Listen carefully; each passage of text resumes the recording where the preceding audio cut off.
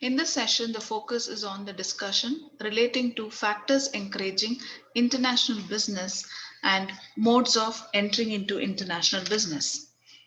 International business has grown dramatically in recent years because of strategic plans and environmental changes. Strategic imperatives include the need for leveraging core competencies, acquiring resources, seeking new markets, and matching the actions of competitors. All those strategic imperatives indicate why firms wish to internationalize their operations. Significant changes are witnessed in political and technical environment, which has facilitated the explosive growth in international business activities, and the growth of the internet and other information technologies is likely to redefine global competition and ways of doing international business. There are many reasons why international business is growing at such a rapid pace.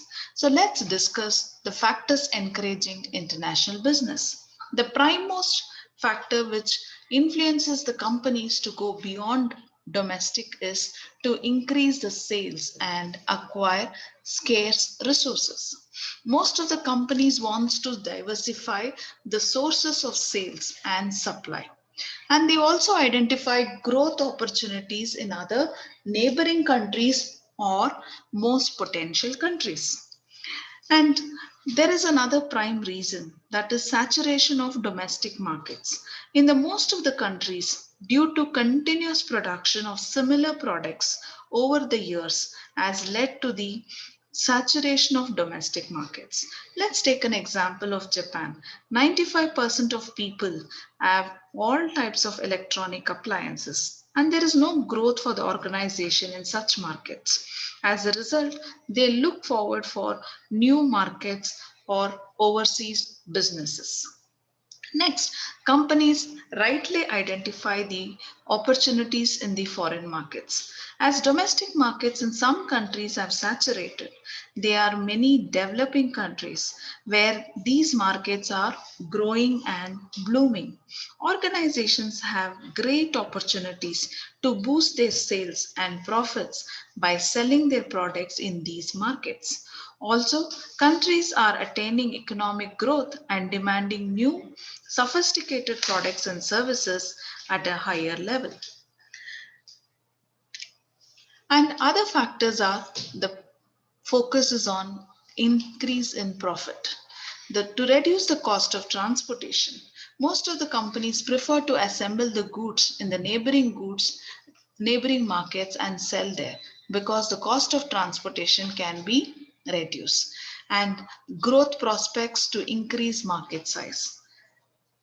There are few competitive reasons, either to stem the increased presence of foreign companies in their domestic market or to counter the expansion of their domestic markets. International companies are using overseas market entry as a countermeasure to increase competitions. And the companies also focus on development of communications and technology.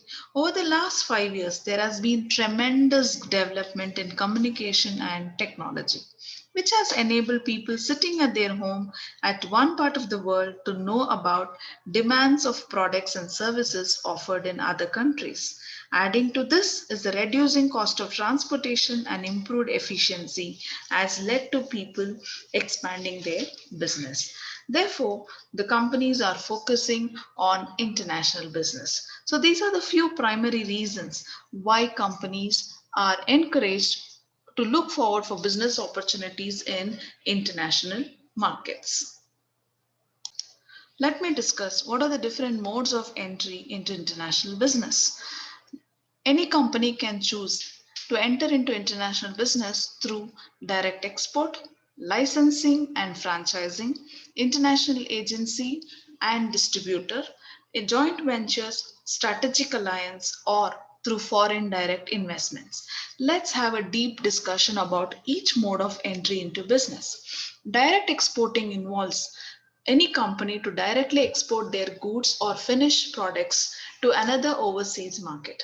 For some businesses, it is the fastest and traditional mode of entry into international business. So what they have to do is they have to identify the clients in different countries and strike a deal with them and export their produce. It is one of the traditional and very successful way of entering into international business. The next mode is through licensing and franchising. Licensing is an agreement. Franchising is also an agreement between two parties. An overseas based business will pay royalty or commission to use the company's brand name, manufacturing processes, products, trademarks, and other intellectual properties. So, licensing is an agreement where you give permission to use the manufacturing process or the steps which has been discovered to convert an idea into a reality. Franchising, there are several international companies which has entered into in India through this mode of franchising. Let's take an example of McDonald's, Domino's, and other popular companies which is through franchising mode. Joint ventures. It is one of the preferred modes of entry into international business for those business who do not have a thought of having their strong brand, knowledge, or expertise. So they join with popular companies or successful companies in a profit sharing ratio and start their venture in international business. Companies wishing to expand into overseas markets can form joint ventures with local businesses in the overseas location, wherein both joint venture partners share the rewards and risk associated with the business. The most popular and trending mode of entry into international business is strategic acquisitions. Strategic acquisition implies that your company acquires a controlling interest in an existing company in the overseas market. This acquired company can be directly or indirectly involved in offering similar products or services in the overseas market. One can retain the existing management of the newly acquired company to benefit from their expertise, knowledge, and experience, while having the team members positioned in the board of the company as well as managing the entire organization operations. FDI stands for Foreign Direct Investments, which involves a company entering an overseas market by making a substantial investment in the country. Some of the modes of entry into international business using the foreign direct investment strategy includes mergers and acquisitions, joint ventures, and greenfield investments. This strategy is viable, suitable when the demand or the size of the market or the growth potential of the market is substantially large to justify the investment.